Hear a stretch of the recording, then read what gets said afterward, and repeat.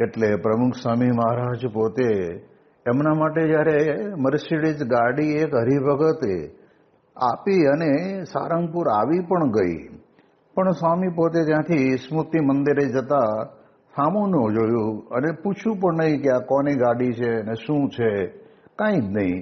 એ ચાલતા નીકળી ગયા અને સંતોએ કહ્યું કે બાપા આ ગાડી આપના માટે આવી છે. અને એ દિવસે તો કાંઈ થયું નહીં.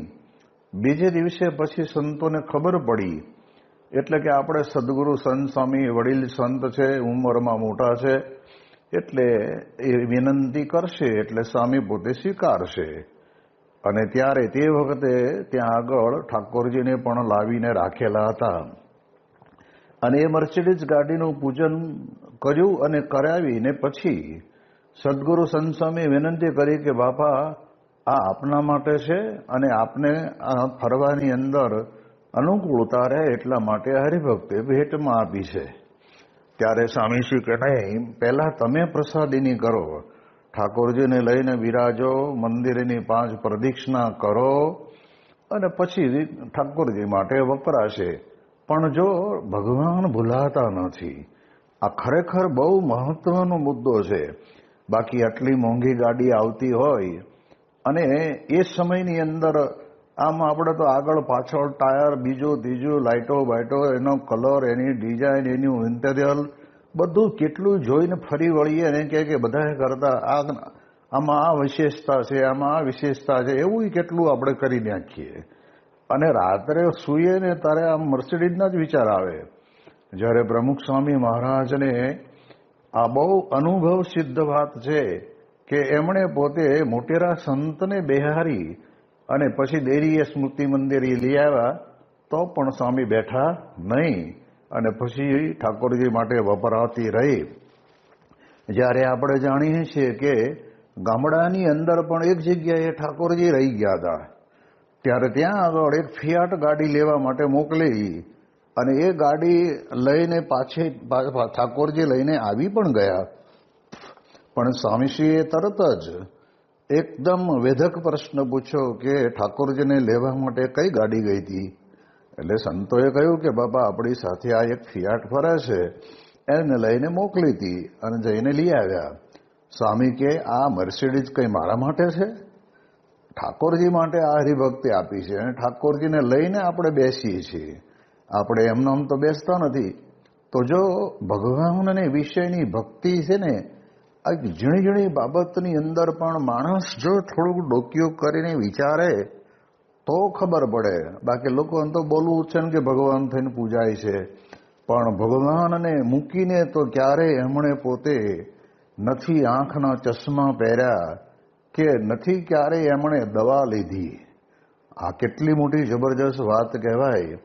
એટલે આ વચનામૃતના આધાર ઉપર આપણે સમજી રાખવાનું છે કે મહારાજ પોતે આપણા અંતરની અંદર ભગવાનની વિશે આવી ભક્તિ આવે, દ્રઢ થાય, વૃદ્ધિ પામે, એના માટે મોટા પુરુષમાં જે જે ગુણો છે તે તમામ સદગુણો અને ગુણોને આપણે યાદ કરીએ.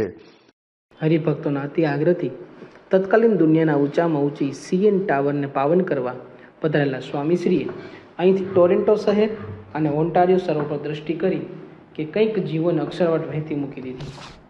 ત્યારબાદ આજે રાત્રે સેન્ટ ગેરાર્ડ મઝેલા કેથલિક સ્કૂલમાં પારાયણ કરી સ્વામીશ્રી આ દેશમાં એક નવું તીર્થસ્થાન ઉમેરી આપ્યું. આ જ રીતે તારીખ 14 સપ્ટેમ્બરના રોજ બ્રેમ્બલીમાં પધરામણીઓ કરી બ્રેમ્બલી રિક્રિએશન સેન્ટરમાં સભા ભરી. ભારત કરતાં 4 ગણો મોટો અને તત્કાલીન વસ્તી હતી માત્ર 2.25 કરોડની. તેથી વસવાટ ઘણો છૂટો છવાયો હોય છતાં સ્વામીશ્રી જ્યાં જ્યાં સત્સંગી પથરાયા હોય ત્યાં પહોંચતા. દેશમાં રહેતા સગા સંબંધીની ઓળખાણ કાઢી સૌને સત્સંગમાં જોડતા. સાથે સાથે સ્થાનિક આગેવાનો સુધી પણ સ્વામીશ્રી અક્ષર પુરુષોત્તમ ઉપાસનાનો સંદેશો પહોંચાડતા. તે ક્રમમાં તારીખ 15 સપ્ટેમ્બરની સવારે તેઓ નોર્થ યોર્ક બરોના મેયર શ્રી મેલ લાસ્ટમેનને મળ્યા. 3 વર્ષ પહેલાં મેન ઓફ ધ યર, વર્ષની શ્રેષ્ઠ વ્યક્તિનું બહુમાન પામેલા આ રાજદ્વારીએ પોતાની સિટી કાઉન્સિલની કચેરીમાં સ્વામીશ્રીને પધરાવી મેયર્સ મેડલ, મેયરનો ચંદ્ર એનાયત કર્યો. આ મિલનસાર મેયરને સ્વામીજીનું નિષ્કામ નિર્લોભી જીવન અને સાત્વિક આહાર શૈલી એટલી પ્રભાવિત કરી ગઈ કે તેઓ વારંવાર વેરી ઇન્ટરેસ્ટિંગ ખૂબ સરસ બોલે જ જતા અને સ્વામીશ્રીને સાંભળતા તેઓ આનંદનો સમાતો નહોતો. આ પરભાષી, પરધર્મી અને પરદેશી મનુષ્યનો સ્વામીશ્રી વિશેનો ગાઢ અનુરાગ જોઈ સપ્રાવિશ્ય સંત ભક્તો પણ બોલી રહ્યા, વેરી ઇન્ટરેસ્ટિંગ. જો કે આ અનુભૂતિ સ્વામીશ્રીના યુગમાં આવનારાના સૌની હતી.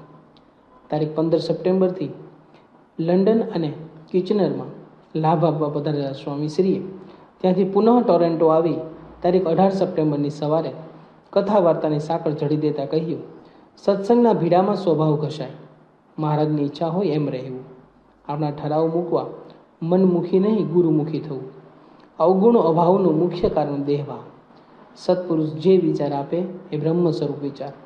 શાસ્ત્રીજી મહારાજ શિર સાટે ફર્યા, મંથન કરીને અક્ષર પુરુષોત્તમ સિદ્ધાંત આવ્યો. તારીખ 19 સપ્ટેમ્બરની સવારે વચનામૃતનું પાન કરાવતા સ્વામીશ્રી કહ્યું, સ્વામી સેવક ભાવ ટળી જાય એ મોટો કુસંગ, કર્મે કરીને ઉદ્ધાર થાય એવો નથી. જાણે અજાણે અસંખ્ય પાપ થઈ જાય છે, તે કર્મથી દૂર થાય એમ નથી. ભગવાનને શરણ જઈએ તો ભગવાન કર્મનાશ કરી દે.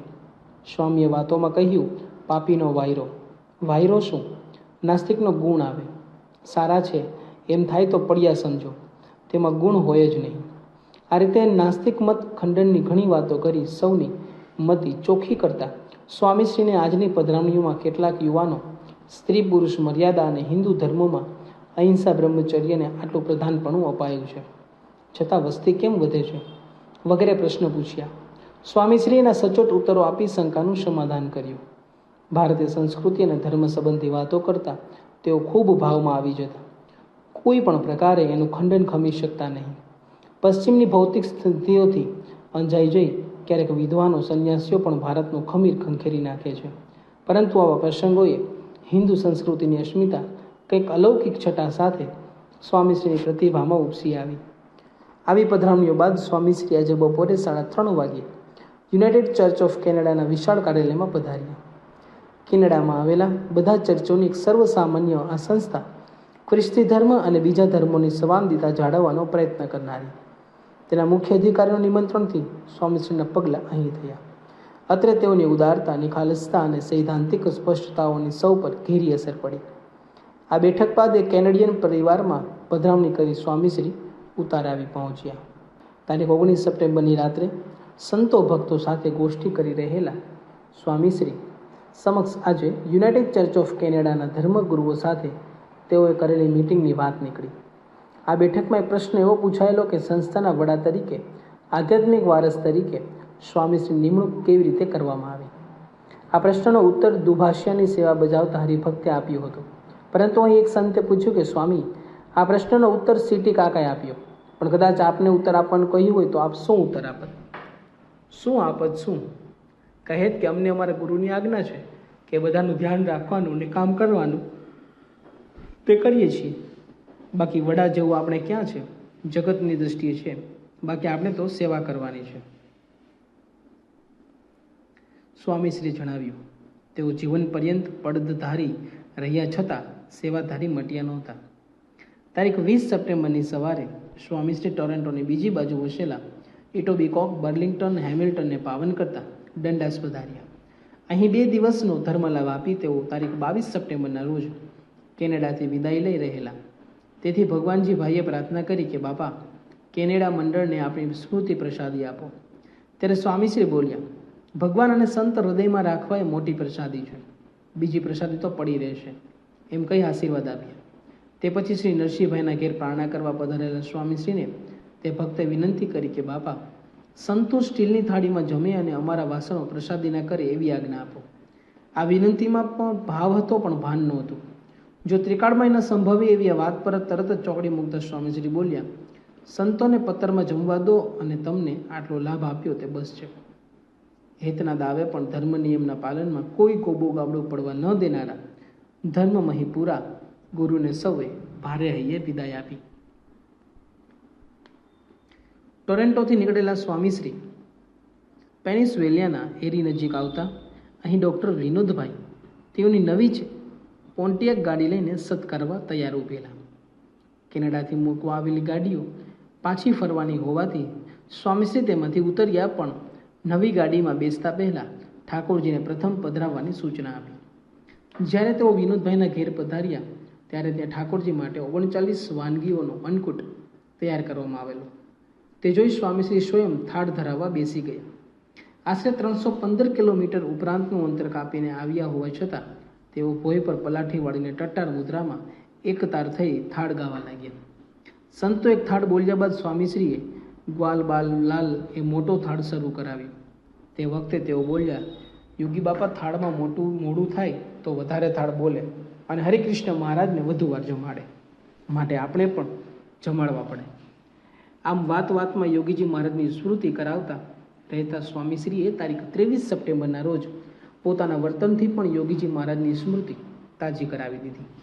આજનો દિવસ જળજીલણી એકાદશીનો હોવાથી યોગીજી મહારાજની જેમ સ્વામીશ્રી પણ ખાસ કરીને બાળકો, યુવકો નિર્જળા ઉપવાસનો ધબ્બો આપવા માંડ્યા. 7 વર્ષના નાના બાળકો પણ આ કૃપાલ ભાલથી બાકાત ન રહ્યા. લંડનના એક યુવકને તો 12 મહિનાની બધી એકાદશીનો નિર્જળા કરવાની મોર વરસાવી દીધી. ક્લીવલેન્ડથી લાભ લેવા માટે આવેલા હરિભક્તો સહિત નાના મોટા સૌને આજે સ્વામીશ્રી નિર્જળા ઉપવાસનો ઉપહાર આપી દીધો.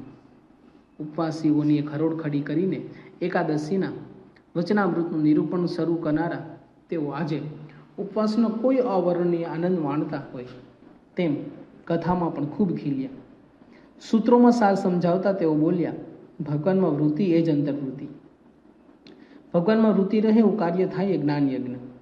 યોગીજી મહારાજ મળ્યા એ મોટામાં મોટું પદ પરમપદ. આ પૂર્ણપણું માનવું નહીં.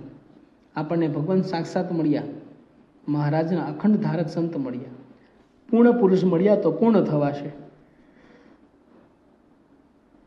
આ કથા પ્રસંગ દરમિયાન જ એબીસી ટીવી સંસ્થાના ખબરપત્રીઓ શહેરમાં આવેલી વિશિષ્ટ વ્યક્તિના નાતે સ્વામીશ્રીની મુલાકાત લેવા આવી ચડ્યા. તેઓ સ્વામીશ્રીની પ્રસન્નતાપૂર્વકની ઉપદેશ મુદ્રાઓને કેમેરામાં ઝડપી આવીને ન રહી શક્યા.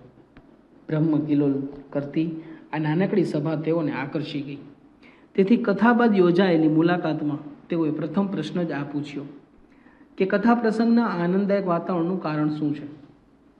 ત્યારે સ્વામીશ્રીએ જણાવ્યું, ભગવાનના અખંડ ધારક શાસ્ત્રીજી મહારાજ, યોગીજી મહારાજ મળ્યા છે. એમના સમાગમે અને દર્શને કરીને આનંદ આવે છે. નિર્જળા ઉપવાસમાં પણ સ્વામીશ્રીને ગુરુ ભક્તિનો ઓડકાર આપી ગયો.